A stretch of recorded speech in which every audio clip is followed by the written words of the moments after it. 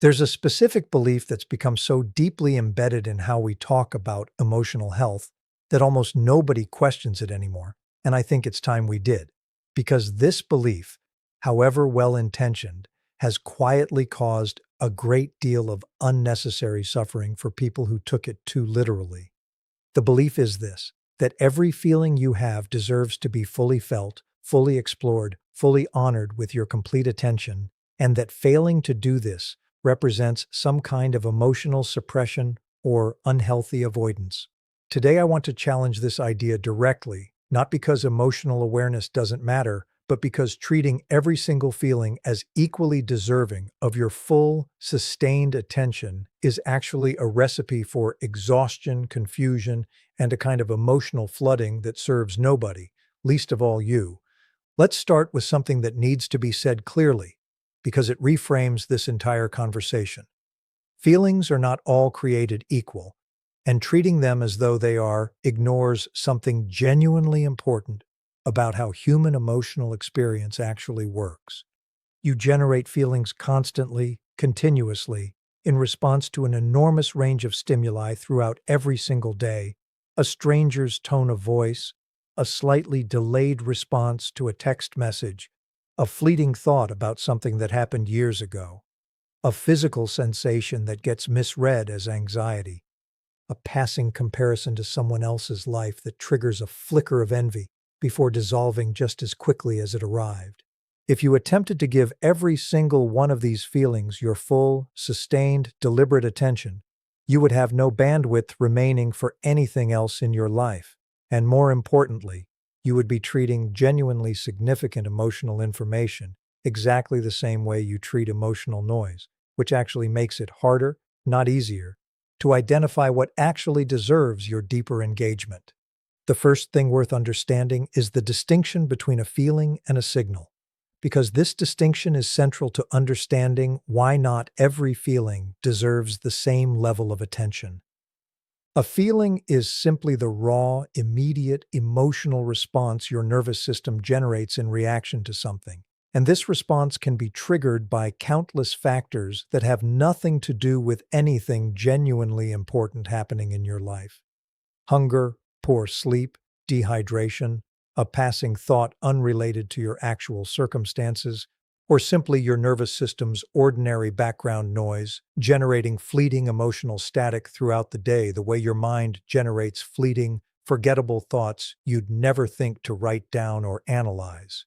A signal, by contrast, is a feeling that persists, that recurs, that connects to something genuinely significant happening in your life, something that actually requires attention, reflection, or action in order to be properly addressed. Learning to distinguish between ordinary emotional noise and genuine signal is one of the most valuable psychological skills you can develop. And it's a skill that the feel everything fully framework, taken to its logical extreme, actively works against rather than supporting. The second thing worth understanding is why the instruction to feel everything fully became so popular in psychological and self-help discourse in the first place. Because understanding this origin helps clarify where the instruction is genuinely useful and where it's being applied far beyond its actual intended scope. This guidance emerged largely as a corrective to a previous, genuinely harmful cultural pattern, one where emotional suppression was actively encouraged, where people were taught to push down difficult feelings, to simply move on without processing genuine grief, genuine anger, genuine fear, producing exactly the kind of unprocessed emotional backlog that eventually surfaces in far more disruptive, far more damaging ways than the original feeling ever would have if it had simply been allowed proper attention in the first place. This corrective guidance was genuinely necessary and genuinely valuable for addressing this specific problem. But like many correctives to genuine problems, it eventually got generalized far beyond its original, more targeted application, transforming from "don't suppress genuinely significant emotions" into "give every single emotional flicker your complete, sustained attention." A generalization that creates an entirely new set of problems, distinct from the suppression it was originally designed to address. The third thing worth understanding is what actually happens when you attempt to apply full attention indiscriminately to every feeling you experience, because this pattern produces specific, identifiable consequences that are worth naming clearly. The most immediate consequence is a kind of chronic emotional exhaustion, because deliberate, conscious processing of an emotion requires genuine cognitive and psychological resources that simply cannot sustain the volume of attention this approach demands if applied consistently to every fleeting feeling throughout an ordinary day. Beyond exhaustion, this approach frequently produces a specific kind of emotional inflation, where feelings that would naturally dissipate quickly on their own, given a few minutes without deliberate attention, instead get amplified and prolonged specifically because deliberate, sustained attention was applied to them, essentially teaching your nervous system that every flicker of discomfort deserves an extended, deliberate processing session rather than simply passing through naturally, the way most fleeting emotional responses are actually designed to do. The fourth thing to understand is how this indiscriminate attention specifically affects your relationship with genuinely significant emotions, the ones that actually do deserve careful, deliberate processing, because this is perhaps the most counterintuitive and important consequence of treating every feeling as equally significant.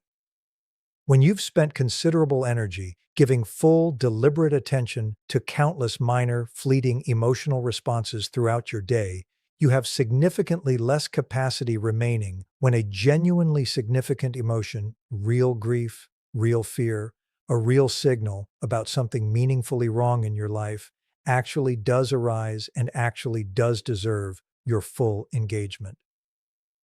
Paradoxically, treating everything as equally important tends to produce worse outcomes specifically for the things that are genuinely most important, because your capacity for deep, sustained emotional processing is finite, and spending that capacity indiscriminately leaves less available precisely when it matters most. The fifth thing worth understanding is how to actually distinguish in real time between a feeling worth engaging deliberately and a feeling worth simply allowing to pass without deliberate intervention, because this distinction, while genuinely learnable, requires more nuance than a simple checklist can fully capture. Some useful questions to ask yourself when a feeling arises include whether this feeling recurs consistently rather than appearing once and dissolving on its own, whether it connects to something you can identify as genuinely significant in your actual life circumstances, rather than remaining vague and disconnected from anything specific, and whether ignoring it for now genuinely risks the kind of harmful suppression we discussed earlier, versus simply allowing an ordinary, transient, emotional response to pass through naturally, the way countless emotional responses do throughout every ordinary day, without requiring any deliberate intervention at all. Some useful questions to ask yourself when a feeling arises include whether this feeling recurs consistently rather than appearing once and dissolving on its own, whether it connects to something you can identify as genuinely significant in your actual life circumstances rather than remaining vague and disconnected from anything specific, and whether ignoring it for now genuinely risks the kind of harmful suppression we discussed earlier, versus simply allowing an ordinary, transient, emotional response to pass through naturally, the way countless emotional responses do throughout every ordinary day, without requiring any deliberate intervention at all. And this is exactly where I want to take the rest of our conversation, because understanding this distinction intellectually is only the beginning.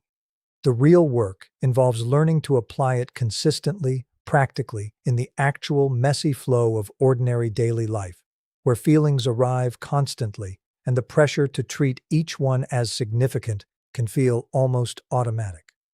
The first thing worth understanding about actually applying this distinction practically is developing what I'd call a brief pause protocol, a simple, quick internal check you can run whenever a feeling arises, before automatically assuming it requires extended attention. This pause doesn't need to be elaborate or time-consuming. It simply involves a brief internal moment of noticing the feeling, asking whether it fits the pattern of genuine signal we discussed.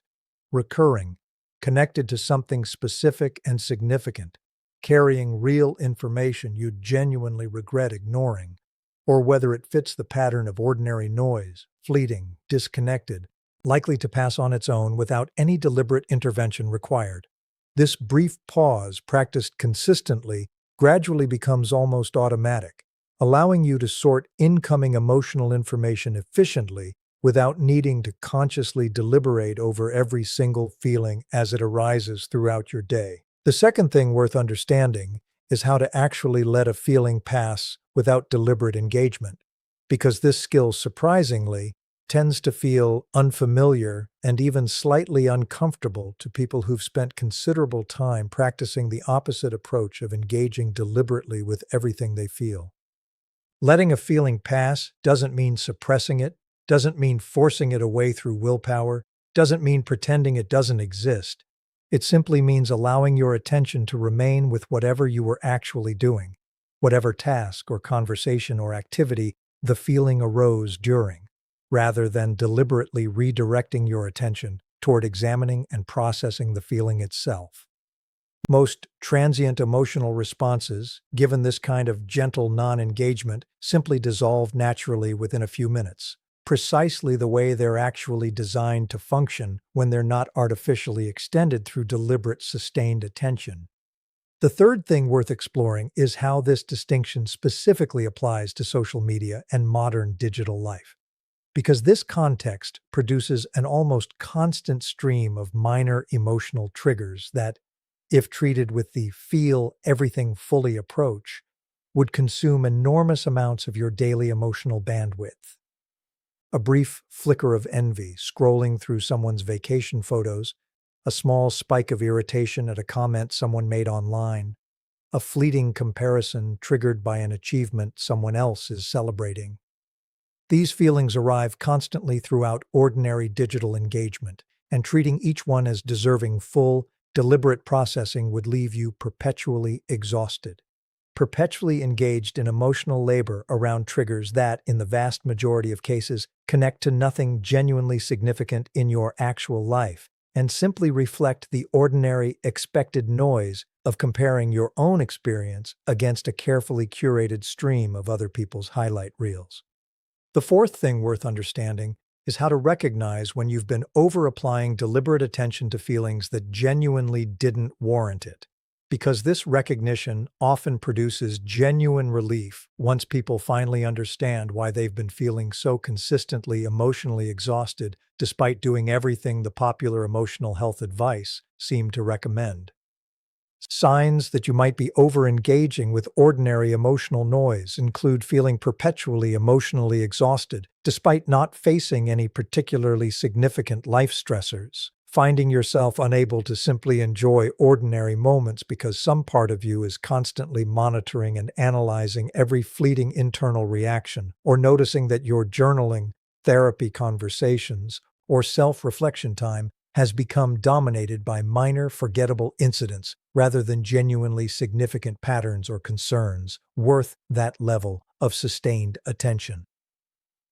The fifth thing worth understanding, and this deserves careful, nuanced attention, is how to avoid swinging too far in the opposite direction, toward a kind of dismissive emotional avoidance that uses this entire framework as an excuse to ignore feelings that actually do deserve genuine attention and processing. This distinction matters enormously because the goal was never to become emotionally dismissive or avoidant, simply better calibrated about which feelings genuinely warrant deliberate engagement. A useful check here involves noticing whether you're applying this framework consistently and honestly, or whether you're specifically, selectively, applying it only to feelings that would require uncomfortable action or difficult confrontation if genuinely engaged with, while still giving full, deliberate attention to more comfortable feelings that don't require anything difficult of you.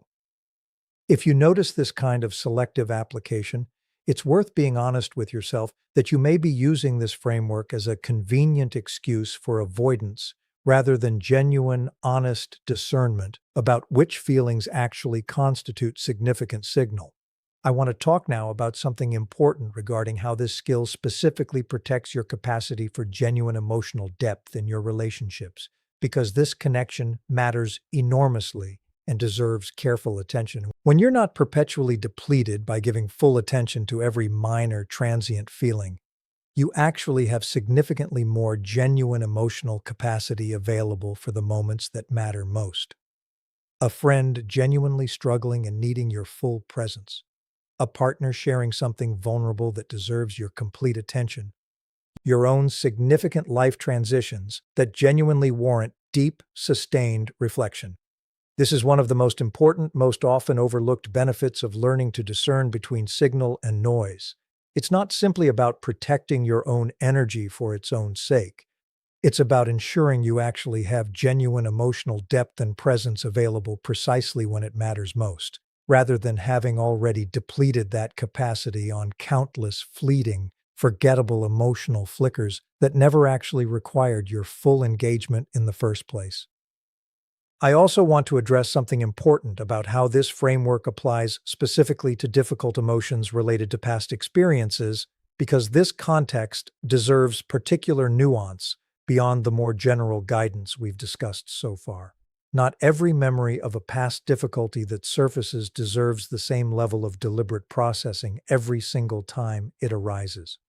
If you've already genuinely processed a specific past experience through therapy, through deliberate reflection, through whatever combination of approaches actually helped you integrate that experience, a subsequent surfacing of related feelings doesn't necessarily require the same depth of engagement each time it occurs.